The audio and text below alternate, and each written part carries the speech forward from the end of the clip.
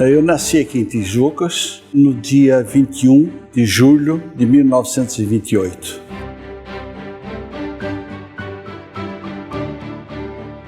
Meu pai era Valério Gomes, também nascido aqui no município de Tijucas, no antigo município, né?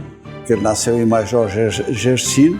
Como eu tinha uma afinidade muito grande com meu pai, acabei absorvendo dele também esse desejo de ver se pudesse fazer alguma coisa para recuperar o nosso município. Eu sempre tive muito interesse pelas fábricas, pela indústria, pela produção, e achei que a minha índole, a minha maneira de ser, era muito mais característica para ser um industrial do que para ser um político.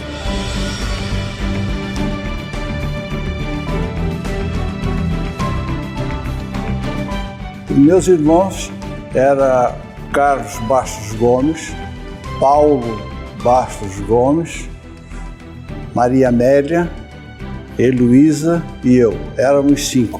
Todos saímos daqui de Tijucas para o internato em Florianópolis, no ginásio catarinense, os rapazes, e no Coração de Jesus, as 2 moças.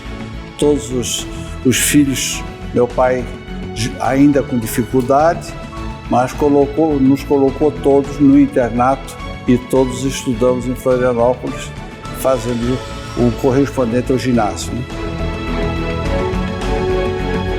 Meu pai era realmente um idealizador, um sonhador, sempre se preocupava com as dificuldades que Tijucas, o município de Tijucas, sofria.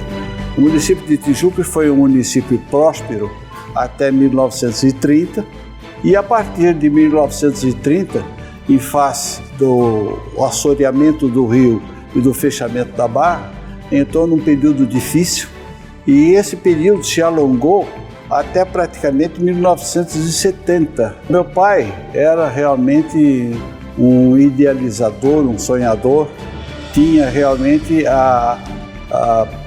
sempre se preocupava com as dificuldades que Tijucas, o município de Tijucas, sofria.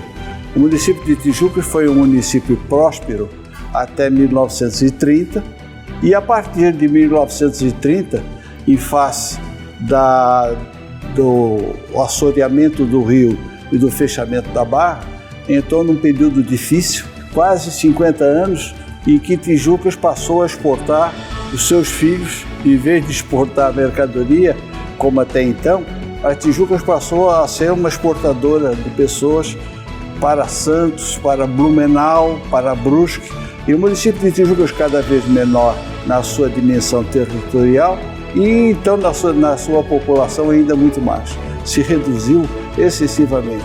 Era uma cidade de aposentados, uma cidade paupérrima, não é? E meu pai sonhava sempre em fazer algo que pudesse ressuscitar, pudesse recuperar a cidade, tirar a cidade daquela apatia, né, e da pobreza que nos mantinha. Meu pai achava que, por ser o município de Tijucas, um município produtor de açúcar, naqueles engenhos antigos, retrógrados, onde praticamente era um engenho da era do descobrimento, era um primarismo total. Era engenho movido a boi. O Getúlio assumiu em 1930, né? Em 1932 foi a primeira atividade no Brasil a ser praticamente estatizada. Pelo menos toda a regulamentação ficou a cargo do Instituto do Açúcar e do Álcool. E foi a primeira atividade no Brasil que realmente houve uma intervenção absoluta por parte do governo. E se estabeleceu, inclusive, o sistema de cotas para produzir açúcar, para evitar a produção em excesso que criava problemas para o governo e para os produtores. Aqui o nosso engenho era realmente um engenho paupérrimo, um engenho muito pobre e que fazia alguns poucos sacos de açúcar. Na época nem saco de açúcar faziam, era uma barrica de açúcar e fazia essa produção de açúcar. E meu pai, como comerciante aqui em Tijucas, que na época comprava essas barricas de açúcar e inclusive exportava esse açúcar. Mandava o açúcar para Florianópolis, onde existia uma refinaria de açúcar em Coqueiros. Essa refinaria de açúcar pertencia a um gaúcho, Fete, que acabou, o filho dele, acabou sendo presidente da Federação das Indústrias, não é? E meu pai era fornecedor de açúcar. E Florianópolis, na época, era tão distante que era necessário mandar o açúcar para Florianópolis de barco, e barcos à vela. Nós tínhamos 2 barcos que faziam esse trajeto e levavam o açúcar que meu pai comprava dos agricultores do interior e que produziam o açúcar, mandava para ser refinado em Florianópolis. O sonho era, pelo menos o sonho do meu pai, e que acabou sendo o nosso também, era fazer uma usina de açúcar no município. Mas levou anos para conseguir a licença. E quando conseguiu, nós já estávamos num período praticamente de guerra, e nesse período não era possível nem encontrar importar máquinas de açúcar que eram feitas na Europa.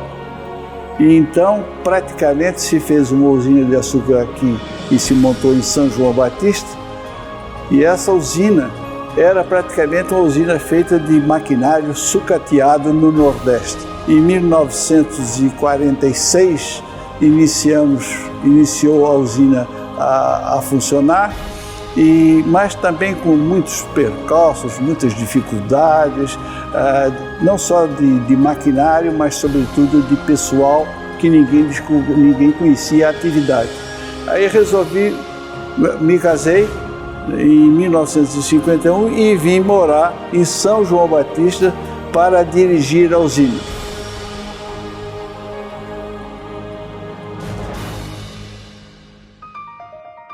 Nós já em 70 sentíamos que a expansão da produção de açúcar em São Paulo era de tal maneira e em tal escala que nós não poderíamos acompanhar.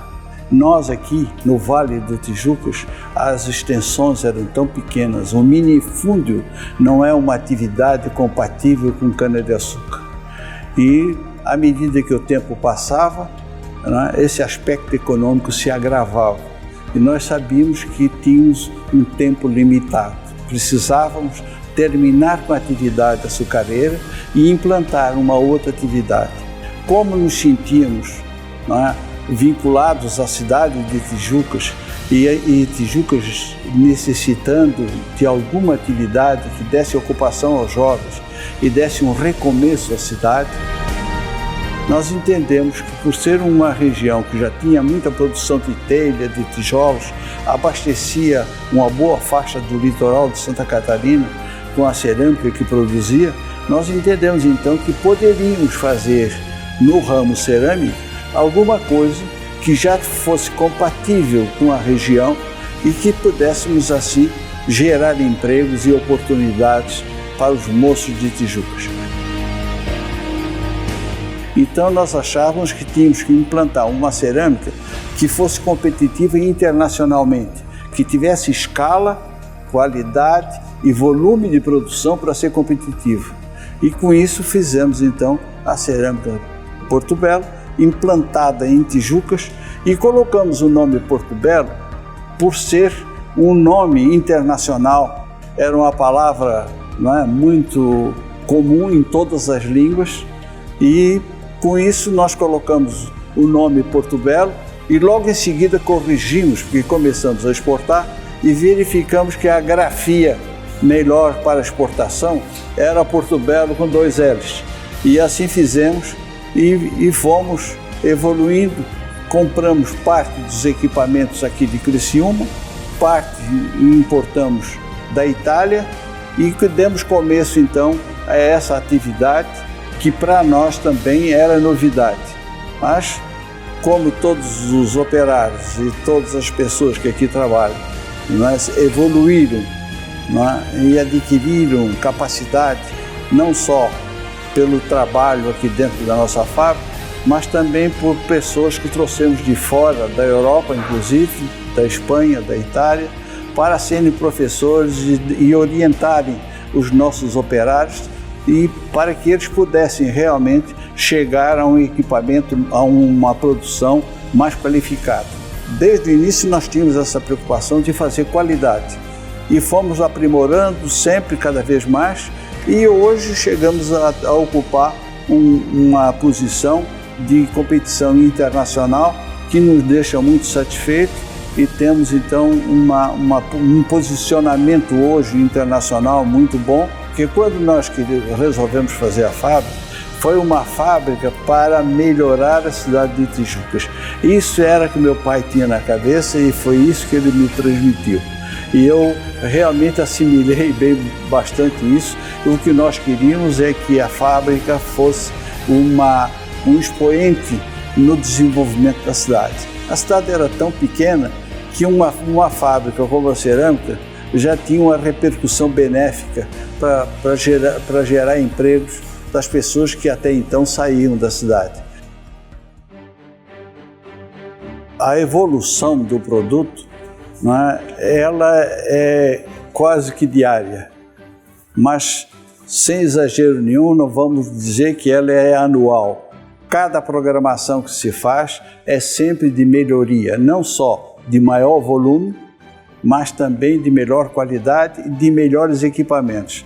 Esse aumento constante nos fez, inclusive, evitar de distribuir dividendos, de manter toda a rentabilidade e todo o faturamento da empresa retínhamos e reinvestíamos no sentido sempre de melhorar cada vez mais e, inclusive, até mais recentemente, entramos na era da eletrônica e conseguimos, inclusive, equipamentos mais sofisticados, mais automatizados e com isso fomos gerando cada vez melhor produto, podendo exportar, podendo competir no mercado internacional e hoje nós somos, sem dúvida alguma, uma cerâmica de nível internacional e competindo na Itália. Nós começamos a trazer professores e técnicos da Espanha, da Itália, que vinham e permaneciam aqui conosco durante um período, transmitindo e fazendo a formação do nosso pessoal.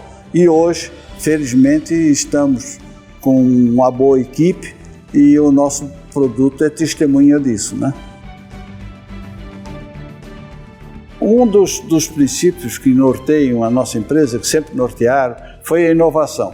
Nós sempre tivemos essa preocupação de entrar com produtos novos, né, e produtos cada vez melhores e mais recentemente, né, percebemos que havia interesse de produtos maiores e dentro desse raciocínio nós fomos inclusive ampliando. No início as peças que se fabricavam eram peças 15 por 15 centímetros por 15 centímetros, né, e nós, à medida que o tempo foi passando, fomos fazendo as peças 30 por 30, 45 por 45, 60 por 60 e hoje já estamos com peças de 90 por 90 e de 1,80 m por 60. Então o crescimento foi periódico, mas foi constante. Todos os anos nós reequipamos parte da fábrica para que a fábrica fique sempre atualizada e cada vez mais nos preocupamos com esse investimento e com a atualização do processo para termos a atualização dos produtos. Nós vivemos uma época em que o produto, a evolução do produto, a evolução da qualidade, sobretudo, deve ser uma constante para todos, porque cada dia novas invenções, novas melhorias, né? E nos últimos 10 anos, com a entrada da eletrônica dentro das fábricas, começa a dar saltos impressionantes que a gente nem supunha. De maneira que esse desejo de atualização e de liderança na evolução é fundamental. Sem ter essa sensibilidade e esse desejo, porque cada feira que se vai, os equipamentos que a gente comprou há um ano ou dois já estão superados. Então, se não houver a preocupação constante de melhorar, de aperfeiçoar, não é, cada vez mais, aí as coisas, é evidente que os concorrentes ocupam o espaço. Na verdade, eu tenho a felicidade de ter bons filhos e eles entenderam de me honrar com esse cargo de presidente do conselho. Na verdade, é mais uma posição honorária do que propriamente efetiva no desenvolvimento das empresas. E eu venho aqui mais para acompanhar e ter a ocupação e participar do sucesso da fábrica, não é? E da empresa como um todo, do que propriamente para trabalhar. Para mim é um passeio, é uma oportunidade, inclusive, de participar e acompanhar, né? E viver a minha velhice também sendo um pouco útil. E a missão que eu me propus, eu realizei. De maneira que isso me deixa, evidentemente, muito satisfeito e faço votos que os meus filhos continuem essa trajetória e a gente possa cada vez mais ajudar a cidade e ajudar o Estado. A política é um sacerdócio. Para ser bem exercida, não é tão fácil. Precisa ter realmente mentalidade, pensamento, não é? De político, né? Vendo o bem, querendo o bem de todos e trabalhando honestamente e ganhando muito pouco. Eu acho que tive a autocrítica suficiente para me abster de entrar. Meu sogro era político, meu pai era político, meu pai foi deputado, prefeito diversas vezes, né? Então eu vivi política a minha vida toda, nas minhas casas, ou seja, na casa do meu pai ou na casa do meu sogro, né? Eu almoçava e jantava política todos os dias. De maneira que a influência política era muito grande. Mas eu acho que a minha decisão, tomada ainda muito moço, com 23 anos, me casei com 23 anos, eu acho que foi estava bastante sustentada, bastante baseada e ela perdurou até agora os 87. De maneira que acho que aí explica tudo. No fim de 4 anos de casado tivemos o primeiro filho, que é o Valério, e que hoje está morando em Florianópolis e trabalha e dirige a Pedra Branca, lá em Florianópolis. Depois tivemos o César Júnior, que hoje dirige aqui a Cerâmica Porto Belo.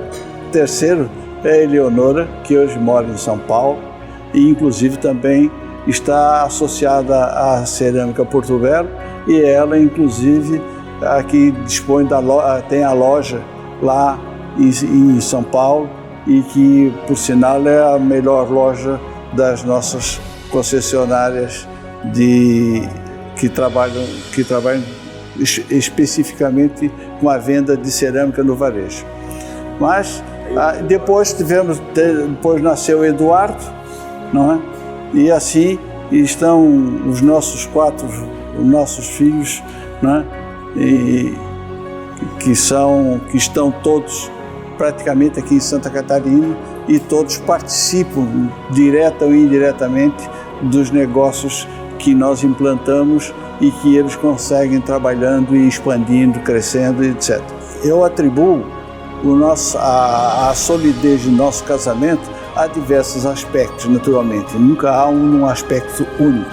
Em primeiro lugar, nos casamos porque nos amávamos, senão não teríamos chegado a tanto. Em segundo lugar, nós moramos no interior, né, em São João Batista daquela época, né, e com isso nós éramos os dois praticamente, vivíamos sós, quer dizer, eu tinha o meu trabalho, mas a minha vida era o trabalho e a casa. Então, com isso, com essa convivência juntos durante 10, 11 anos, eu acho que isso aí ajudou a consolidar a nossa convivência e como fomos muito felizes com os filhos, não havia por que pensar em outra solução que nem a do casamento, onde éramos bastante felizes, e éramos e somos até essa idade. E eu fui sempre muito ativo e passava o dia inteiro trabalhando. E realmente O que aí há até o mérito da minha mulher, não é? Dela cuidar de criar os filhos, de educá-los, e sem dúvida foi o grande suporte que eu tive, né, em toda a minha vida. De maneira que eu pude me dedicar aos negócios a vida toda sem qualquer tropeço. Meu pai faleceu há muitos anos. Meu pai faleceu há quase 50 anos.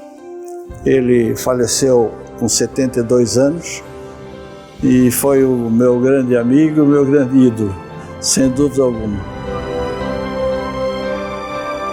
Eu sou um homem realizado sob todos os aspectos, pelo casamento que tive, pelos filhos que tenho e pela minha atividade na empresa.